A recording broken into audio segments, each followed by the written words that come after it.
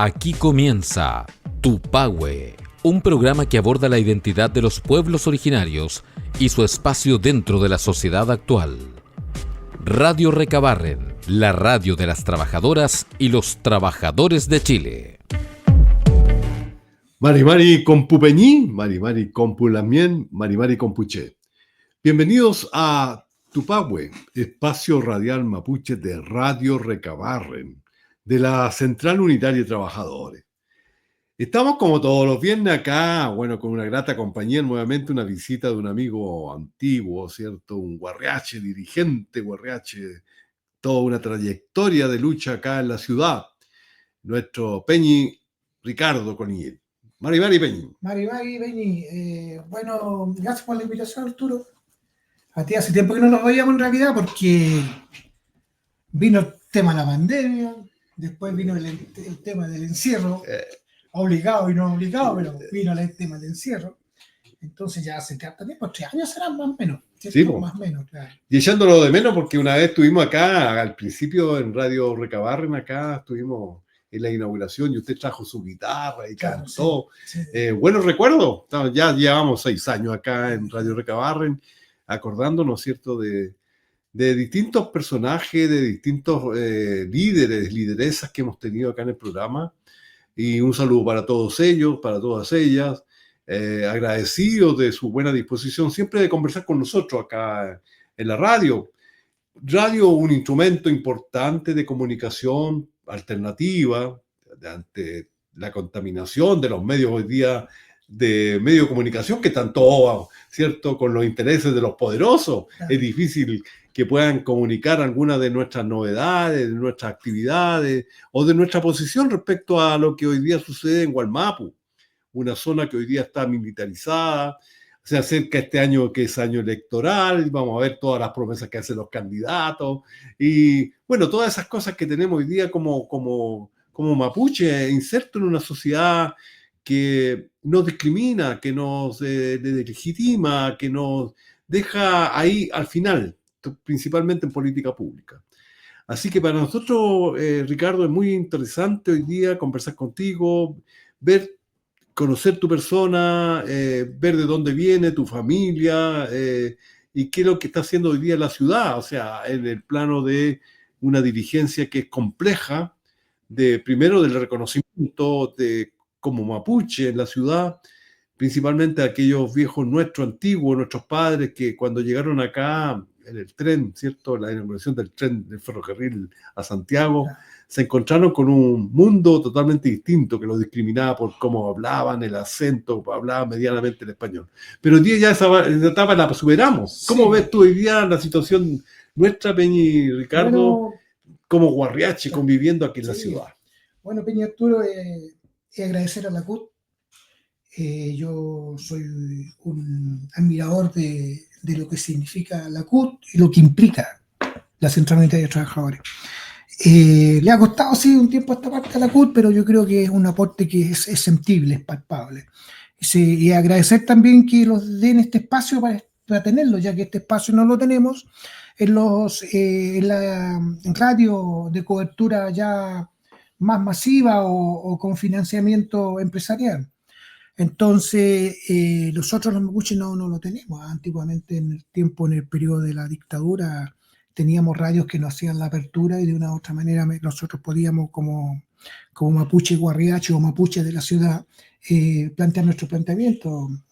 No sé, yo me acuerdo de Radio Chilena, por ser de la Nuevo Mundo también, que todavía está dando esos espacios. Y un dato anexo, sí, Peñi y Ricardo, que siempre estamos insertos en la masa trabajadora, en la clase trabajadora, porque nosotros vinimos a la ciudad a trabajar, o sea, no somos hacendados, no somos capitalistas, acá, nuestras primeras generaciones llegaron a trabajar, con todo el yugo del empresariado, leyes que eran complicadas, o sea, ahí vivimos esa etapa. Claro, eso es verdad, es cierto, sí, pero yo digo, uno como inserto en la ciudad, con las dos vivencias de los dos mundos, uno dice, chuta, ¿cómo voy para Temuco y hablo en Mapudungún? Vivo la realidad del Wallmapu o del territorio donde uno está, se le llama el Tungún y el Cupalme, en la sangre y el territorio de uno. Y después acá en Santiago uno se desdobla y ya se olvidó o queda en el inconsciente. Entonces, yo pienso de que las vivencias no son lejanas unos de otros. Actualmente nosotros, o yo estoy en la etapa en donde tú hablabas recién, yo no me jubilé, yo siempre digo cuando me dice, ¿estás jubilado? No, yo no me jubilé, digo yo me pensioné, güey. Me pensioné porque, claro, pero porque en mí no hay ningún júbilo, o sea, claro, claro, para mí no hay ningún júbilo. Entonces me jubilé y ya me he estado dedicando a algunas cosas, ya tengo un poquito más de tiempo, porque ya he dejado varias cosas que antes las hacía porque los niños están muy chicos como familia. Esa es la realidad que todavía se vive con algunos peines nuestros que se vienen de afuera. claro. Ahora, y esa realidad uno tiene que entenderla, porque, obvio, o sea, hay varios jóvenes que se vienen de Temuco y son gendarmes. Y tú como dirigente no debes ignorar eso. Y en el Guillatún no puedes negarle la entrada, tampoco porque son parte del mundo mapuche. Sí, sí. Pueden ser carabineros, gendarmes, detectives, lo que sea. ¿Por qué yo levanto este tema? Porque me ha tocado esa vivencia. Entonces, como me ha tocado esa vivencia, también me he dado cuenta que también hay algo de lucha ahí, po. Hay algo de constancia, algo de levantar algún tema, de algún tema de eso ahí. Entonces yo actualmente digo, el planteamiento quizás se da de una forma que no debiera ser. En la semana pasada fuimos con la mía Mirta a una actividad en Renca que era la cosa del agua, un ejemplo. Había mapuche ahí, pero no se nombraron. Siendo que de Quilicura a Renca hay un paso que ocupaban los mapuches para sus peregrinaciones, para visitar a las familias de Renca, que eran antiguos mapuches también. Entonces todo eso se desconoce. Si la historia oficial desconoce todo eso en la historia, uno se plantea y dice, y actualmente los jóvenes están levantando esos temas en las planillas educacionales a nivel educativo y bajándolo a la enseñanza básica, media y universitaria, no. O sea, uno dice, no se ve porque yo tengo sobrinos o nietos que son autodidactas en este tema, Ya. en ese tema específico. Entonces ellos dicen, no, pues es que a mí esto no me lo enseñaron en el colegio. Yo lo aprendí solo, yo entiendo, ¿no? Entonces yo creo que eso todavía sigue. Eso todavía está. Entonces, lo que son los peñas, yo mando saludos a todos los peñas antiguos. Hay familias enteras que se han dedicado al tema indígena por años. Entonces, en primera instancia, quizás nosotros éramos cuestionábamos mucho que nuestros peñas, nuestros familiares trabajaran en el Estado, un ejemplo, que trabajaran en el Ministerio de Agricultura, un ejemplo, o que trabajaran en el Código de Agua, un ejemplo. Entonces, no, es que tú eres vendido, que tú acá. Entonces eso ya es cuestionable, o sea, yo no lo entiendo de esa forma, porque de esa forma no ha dado resultado. Claro. Porque se han perdido mucha gente con ese discurso un poco antagónico. Entonces uno dice, ya, pero ¿cómo? ¿Cómo puede ser entonces? Bueno, yo no veo otra forma más que hacer esas clínicas que hacíamos antiguamente, que se hacían en varios lados, o se juntaba con la gente, esas clínicas que decíamos de ¿cuánto se llama? De autoenseñanza. Le llamaban escuelas populares, me acuerdo. Entonces quizá eso se pueda dar con respecto al tema indígena y específicamente mapuche. Entonces... ¿Por qué tú mezclas el tema indígena con mapuche? ¿Tú crees que son dos conceptos distintos? Claro, son dos mundos aparte, yo lo entiendo así, porque en una reunión o en una junta, por ejemplo, ahora hay hartos inmigrantes, por ejemplo, haitianos, hay ecuatorianos, hay brasileños, hay en Chile, ¿cierto? Y resulta que habían aymarás también, y quechua en esa reunión, pero ellos no se sentían inmigrantes. Entonces te das cuenta que los conceptos ideológicos son importantes aclararlos. Entonces yo no sé hasta qué punto será importante o trascendente el hecho de enmarcar una vivencia de corte racial. no sé si será tan como fructífero. Pero distinto es el Tungún y el Cupalme, que es la sangre y el territorio. Entonces, el mapuche reclama un territorio de, no sé, pues, miles de hectáreas al sur de Chile y con todo lo que implica y significa. Pero en cambio ahora con la inmigración de los pueblos indígenas y el mapuche también, ¿me entendí, no? Que hay ahí como que, ¿y qué es lo que es el mapuche entonces? Entonces uno dice, no, pues es que el mapuche es un pueblo inclusivo, porque son mapuches, son gente de la tierra, son tanto haitianos, son tantos venezolanos como todos ellos, porque son también gente de la tierra, sin nuestro dialecto. Entonces uno se pone a pensar y dice, en otra reunión más, dice, no, es que el CONADI dijo que ahora para ser encargado del tema indígena en los municipios habría que hablar mapudungún. ¡Chachan! Entonces uno se lo cuestiona. Claro, porque yo te digo, por ser claro, un joven que viene de la ciudad, o sea, del campo a la ciudad, que no te ha arraigado su idioma, pero sí es una eminencia en asuntos sociales, ¿ah? Desde el mundo Winca, recibido como, no sé, un experto en temas de índole migratorio, social y todo lo demás, pero no habla mapudungún. Entonces uno dice, ya, entonces ahí está el problema, o sea, ¿por qué cercamos la iniciativa del desarrollo lingüístico o el desarrollo del pueblo indígena por la lengua? Entonces pasa lo mismo que pasa con los palestinos, un ejemplo, que ahora están enfrentados en una feroz guerra de potencias ahí. Pasa lo mismo. O sea, no vamos a negar a un palestino porque no hable su idioma. Entonces todas esas son cosas que las diseñan desde una altura y no es bien visto. O sea, el que analiza más a fondo no lo ve bien, porque es otra forma de disgregar, es otra forma de desvincular, es otra forma de negarse a sí mismo.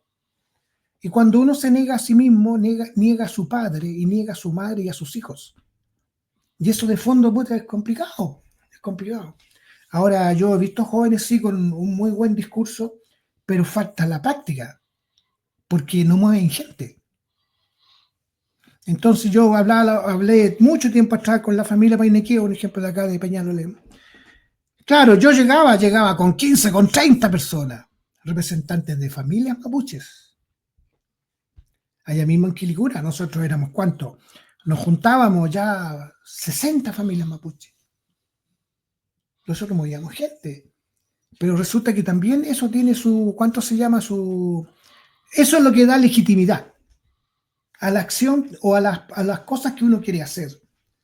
Pero yo veo que ahora hay jóvenes que tienen, desde el punto de vista Winca, muy buenos títulos, tienen magíster, son ingenieros, son gente muy preparada, muy preparada. Pero resulta que el mismo sistema educativo, de una u otra forma, te enseña a ser individualista y te enseña una escala de valores que después se transforman en principios porque parten de ahí y después son convicciones. O sea, los jóvenes lo asumen como una convicción el ser individual, pero el ser humano no es un ser individual, es un ser colectivo. Yo recomiendo una película muy buena que la dieron hace mucho tiempo atrás, que se llama La Guerra del Fuego. La Guerra del Fuego, una muy buena película en donde se ve lo que trasciende la necesidad del ser humano a ser un ser colectivo. Es mayormente, tiene mayormente frutos, porque el ser humano, y los mapuches en especial, hemos aprendido a ser colectivos, como seres humanos. Pero en la ciudad cuesta eso, porque existen esos valores, pues la competencia, el individualismo, o sea, el empujón, el maltrato, el hablar mal con el otro, o no, es que este me cae mal por esto. Entonces esas cosas al movimiento mapuche nos perjudican en la ciudad, nos perjudican. Ahora tú hablabas recién del tema del, ¿cuánto se llama? De que en la zona sur está ¿cuánto se llama? Militarizada. Claro, está militarizada porque hay intereses muy fuertes. Po. millones y millones se mueven ahí en plata, en efectivo, ni siquiera en plata de inversión, en pagaré o cosas así, no, son millones en efectivo lo que se mueve ahí. Pero hay gente que trabaja el tema indígena ahí y no son Winca y lo hacen bien, pues. Sí. Hacen buenas investigaciones, hacen buen trabajo en términos de salvar a nuestros peñis que han sido injustamente juzgados, injustamente aprisionados e injustamente baleados. Entonces ellos los defienden y ganan la... A mí me da risa porque siempre cuando van a la causa ellos ganan. Claro. Y no es por invenciones ni nada, sino que es por cosas de ¿cuánto se llama? De identidad. Entonces esos jóvenes, cosas de pruebas palpables, esos jóvenes entienden que es así, pero tienen que de una u otra manera acercarse a encontrar esa solución, porque ahí quedan familias tiradas y todo, quedan familias sin padres, sin madre por mucho tiempo. Entonces, y ese no es el caso de la pandemia, todo esto perdimos, volviendo al tema de perdimos altos dirigentes, nosotros también en la pandemia acá en Santiago. Incluso se miden hoy día los tiempos sociales desde antes de la pandemia, después de la pandemia. Claro. Como también el estallido social, que fue en octubre. No nos olvidemos que hubieron varios fenómenos interesantes en esa época. Claro. Mira qué interesante lo que dices tú respecto a cómo hoy día, como organizaciones mapuches, guarriache, podemos también ver el tema de políticas públicas, ¿ya? Y creo que ahí tú eres partícipes de la mesa indígena regional. ¿Está funcionando? Mira, hacen también como un mes, yo fui a hablar con la señora Fernández por otro tema relacionado, claro, también respecto a temas de índole, de cuánto se llama, de protección civil, no sé cómo nombre darle.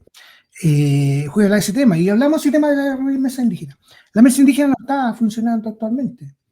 Esa glosa no sé cómo la estarán empleando, cómo la estarán ocupando, pero yo creo que algo sí he sabido de que existen proyectos, pero proyectos que no son de vanguardia. ¿A qué me refiero que no son de vanguardia? Un ejemplo, por si yo digo, voy a financiar un proyecto de la radio, un ejemplo, ahí tenéis 4 millones. No así mucho, más bien dicen no así nada. Es más tener un problema que tener una solución. Entonces, distinto es el caso como se hace en Europa o en otros lados. Tome, ahí tiene usted 60 millones. Pare una radio. ¿Me entiende? Levante una radio. Entonces, porque es como se dice vulgarmente, con el permiso tuyo, para que no andemos pidiendo que nos presten lugar y todo lo demás. Y algo de consumo masivo. Obvio, claro. Sí. Además, pues si de una u otra manera también somos... Es que también nos toman en cuenta nosotros cuando están estas cosas, la votación y todo lo demás. A mí me ha pasado como dirigente. Bueno, trae mi gente, pues, o sea, ¿cuántos trae? 20, 30. Entonces ya hagamos todas esas cosas, uno las ha vivido porque yo ya voy para los 70 años, pues, o sea, ya tenía harto años ya. Entonces... Tengo entendido, perdona, que usted vive o sea, su familia, su Tubún, ¿cierto? El origen. Es Cunco. Claro, en Cunco, sí. Cunco. ¿Qué es esa zona usted ahora como guarriache en cuanto al visitar sus tierras ancestrales? ¿Por qué te lo pregunto? Hay un tema que a nivel político es la recuperación territorial, ¿cierto? Para que nuestros hermanos y hermanas chilenos también entiendan de que el pueblo mapuche se basa principalmente en procesos de resistencia y lucha. Claro. Reivindicar procesos de recuperación territorial de nuestros ancestros. Y ahí viene la tarea para los guarriaches, porque hay muchos guarriaches aquí en Santiago, en Valparaíso, bueno, los que están en las ciudades, que tienen pertenencia de su antepasado y no lo saben, ¿ya? Y cuando aquellos hermanos que hoy día están luchando por reivindicación territorial a nivel internacional, a nivel nacional, están luchando por el todo. En el caso de su familia, ¿tiene algún elemento que permita decir, mira, a nosotros nos robaron tierra, nos extirparon tierra, que hay un proceso de recuperación también? ¿O su familia se vino definitivamente a Santiago y no piensan volver al territorio? Mira, muy buena pregunta todo esto en términos de ¿cuánto se llama? De poder aclararlo. A ver, yo voy a hablar como la familia nosotros, la familia Colignyr. La familia Colignyr tiene su Tungún y Cupalme en la comuna de Cunco, en la comunidad Ignacio Loncomil. Ahí existen otras comunidades más, pero en la comunidad Ignacio Loncomil. Yo comúnmente voy una vez al año, a veces me repito de vacaciones. Voy, más bien dicho, de visita. más bien dicho, de visita, de vacaciones, a ver a mis familiares, porque tengo primos allá por parte de mi papá, por parte exclusivamente de mi padre, ir a ver su tumba, arreglarla, llevarle Ya. las flores, aquí es la costumbre de nosotros. Sí. La vez pasada también llevé un sobrino para allá, yo a mis familiares los he llevado para allá, me he tomado el tiempo porque ellos quieren estar allá, excepto mi madre que la tengo acá en Quilicura. Pero nosotros llevamos a nuestro padre para allá, hemos llevado a nuestras hermanas, a nuestros sobrinos, todos porque ellos han querido estar ahí. Ahora, ¿para dónde voy yo? Existe un periodo, años 82, 81, en donde existió la ley de ausencia. Una ley macabra, por darle un nombre quizás suene fuerte, una ley macabra y desgigante y que justifica el apartheid acá en Chile que se ha dado y se va a seguir dando. ¿Por qué? Porque resulta que las personas que no estaban físicamente en su territorio perdieron su tierra. Y esos son muchos casos. Hay casos que son irrisorios, porque hay casos en donde congregaciones religiosas se quedaron con 40, 50 hectáreas. Hay casos en donde forestales tomaron ese territorio como para ellos, porque esos familiares no estaban. No dándose el tiempo, el Estado, para buscar a esos familiares dueños de esas tierras, a través de los conservadores, no sé, a través de alguna institución estatal. Eso no se lo dio el Estado. Entonces, ¿qué pasa con la familia Coligny? Nosotros teníamos un tío allá, el tío falleció. Se acerca una tía y me dice, oye, bueno, quiero que regularicemos esto para que Para tener la posición efectiva. Claro, para hacer posición efectiva, para que nadie ande aquí y allá. ¡Pam! Sorpresa. ¿Por qué sorpresa? Porque resulta que un familiar se tomó esa tierra como a nombre de ella. Pero ojo, no es mala intención de esa persona, sino que es la mala intención del Estado, que con una intención macabra hace esas políticas públicas para justificar algo que no es el caso analizar ahora, y nos deja sin tierra a nosotros. Entonces mi tío fallece y yo digo, ya, vamos al conservador, pues hago el trámite y todo, y resulta que, sorpresa, pasó eso, ¿viste? Las personas que, y no es el único caso ahí, en todo ese sector ahí de Cunco, todo ese sector de ahí pasa lo mismo. Mucha gente que eran familiares de familiares que estaban en Santiago, las tierras quedaron en nombre de él. Entonces, cuando la persona tiene cuando es ¿cuánto se llama? Una persona noble, honorable, eso tiene nombre en Mapudungún, cuando una persona tiene valores, dice, no, pues si a usted también le corresponde. Entonces, vengan para acá y quédense ustedes acá en este lado. Es el caso de nosotros. Ya. Pero en otros casos. De la familia tuya. De la familia mía, claro. Pero el otro caso es distinto. Entonces, ¿pero qué pasa con los peñis que son un poco más, que quizás no tienen las herramientas como para poder discernir y decir, no, pues hay que buscar una solución, ver cómo se van en mala. Pelean, se producen peleas, disgustos, familias que no se hablan nunca más. Y esa es la intención macabra del Estado para poder dividir más aún al pueblo mapuche. Entonces, desde dentro. Entonces yo digo, no, pues esto hay que conversarlo. O sea, yo no puedo llegar y decirle a los peñis, no, ustedes váyanse de aquí. No, porque esa no es la idea, si la culpa no es de ellos. Si el Estado debería haber hecho política pública, ubicar a las personas que son de esas tierras, como lo hacen ahora acá. Cuando llegan los cabros, casas ocupas, se toman las casas, o sea, somos permisivos. Entonces, en este caso se da eso. Ahora, y eso en muchos casos se da lo mismo. Es una ley que no me acuerdo el número, no me acuerdo el nombre, la ley que se dictó ahí. Ahora, yo voy a la CONADI, nosotros vamos a la CONADI, porque es un acuerdo entre familias, y la CONADI le dice a esa gente, porque yo junté gente que estaba con la misma realidad. Ya. Eran como 18 personas, 18 familias. No se formaron en comunidad. No, eran de unos de Cunco, otros eran de Toltem, otros eran de distintos lados. Ya. Pero nos juntamos, porque nos juntamos ahí en la CONADI por casualidad, sí. Entonces, oye, juntémonos, pero hagamos algo, entonces ya listo, mira, vengamos tal día, vinimos. Y la CONADI se encoge los hombros y dice, no, ya eso pasó tanto tiempo. Si eso ya pasaron años. Obvio que pasaron años, po. Si años mi tío estaba ahí cuando era joven, ahora ya falleció porque es la ley de la vida. Pero ahora despertamos el problema, o sea, la justicia y el Estado dice, es que eso fue hace años. No, pues. Tiene que haber algunos, y la CONADI, en ese momento, que fue el año pasado, no tiene solución. Yo tengo hasta el nombre de la persona que hablé. Hablé hasta con el fiscal, po. Entonces yo digo, chuta, estamos mal, po. Claro, porque se da cuenta, entonces yo vengo y digo, claro. Pero estamos mal desde el punto de vista de una reclamación como individuo. Claro, como individual. Claro, o como una reclamación legal, porque uno pero podría también haciendo una autocrítica, nuestra gente ya no se está reuniendo como se hacía antes, pues estamos medio ahuincados. Acuérdense que la sociedad moderna privilegia el individualismo, la gente solitaria, ya no está conviviendo en comunidad. Y comunidad, yo entiendo que la vivimos por Chipanto y por algún Villatún. No se vive otra comunidad. ¿Cómo entonces podían reclamar tierras? Por eso te preguntaba si habían formado una asociación o una comunidad para reclamarlo como colectivo. Porque ahí hay un caso, principalmente el que mencionaste tú, el derecho de ausente. Eso. Justamente había un tema de que el gobierno militar, la dictadura militar, elaboró y promulgó un decreto.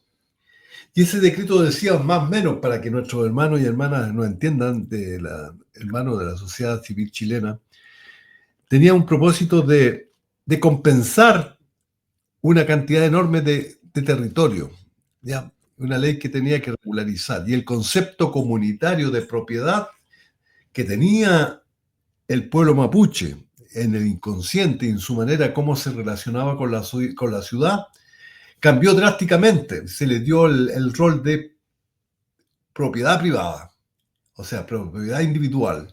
Y en ese aspecto, el acto que tuvo el dictador Pinochet, que fue el creador de esa, era justamente dividir a los hermanos y hermanas en torno a una propiedad individual. Y ahí empezaron el tema de los cercos, empezaron a medir los metros, los cuadrados, cuando nuestra cultura nunca fue así. No medía, o sea, el antiguo decía, mira, esta tierra es del abuelo y le corresponde a toda la familia. De aquí para allá. De aquí para allá, donde está ya la punta del cerro. Pero con esta nueva modalidad de pertenencia de tierra a través del 2548, que es el decreto de Pinochet, logra establecer propiedades individuales.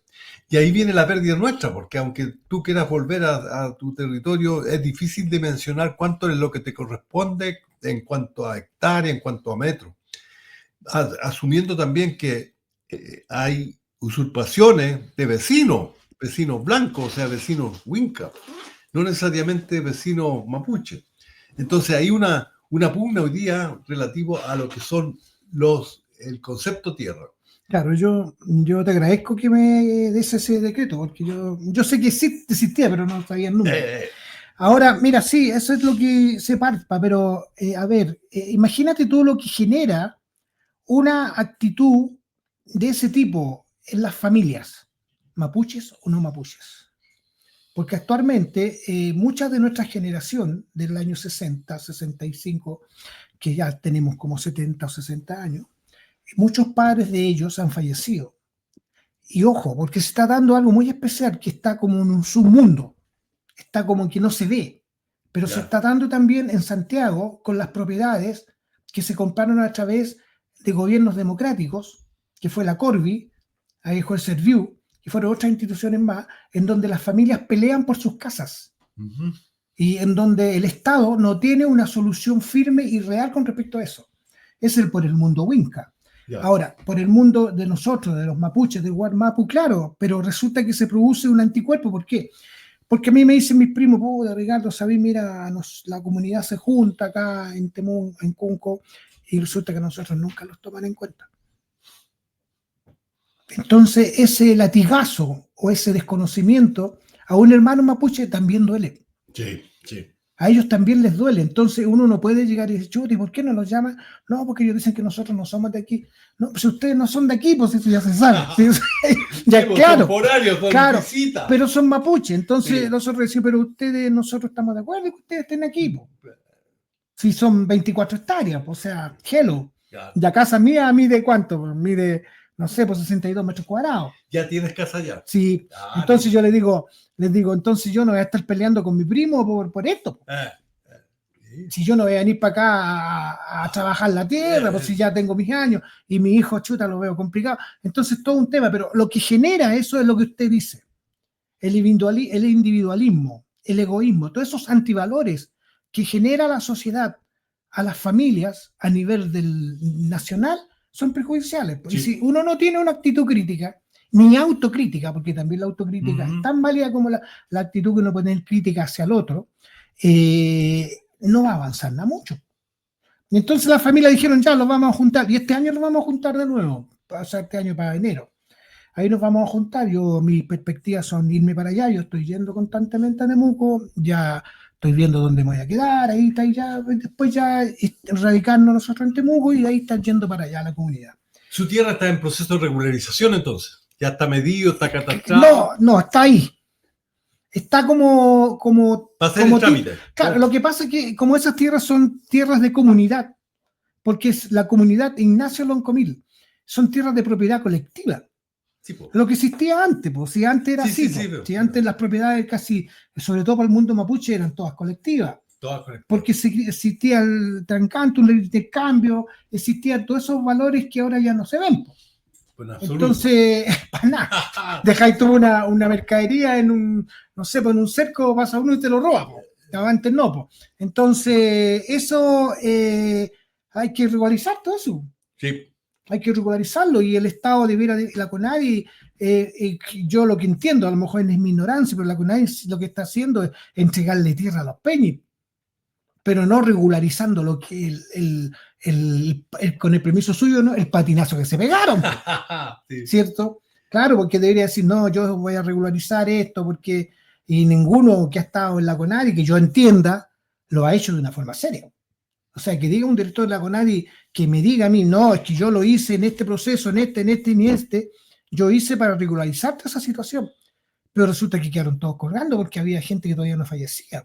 Sí. Y mucha gente levantó el tema cuando fallecieron los bisabuelos o los abuelos y ahora levantaron el tema y se dieron cuenta en lo que estaban, que vivían en una tierra que no era de ellos, que era una fantasía. O sea, todo el drama nuestro como pueblo. Claro. Peñi y Ricardo, estamos llegando al final de nuestro programa. Ha sido una interesante conversación en este viernes, como todos los viernes acá en Radio Recabarren, de la Central Unitaria de Trabajadores.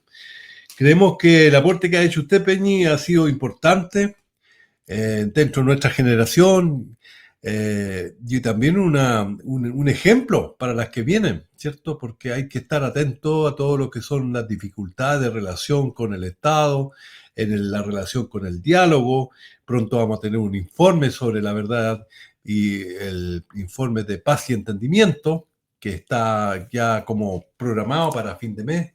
Y esperar que ahí también hayan luces respecto a cómo hoy día podemos, a esa aspiración más grande, recuperar el territorio, con la diferencia de nosotros los huarcachos, porque en cierta forma, como tú dices, llegar allá a la casa de tus parientes, tú lo pasas bien, pero no dimensiona lo que te corresponde como metros cuadrados, como tanto por tanto, uno va y como a la antigua.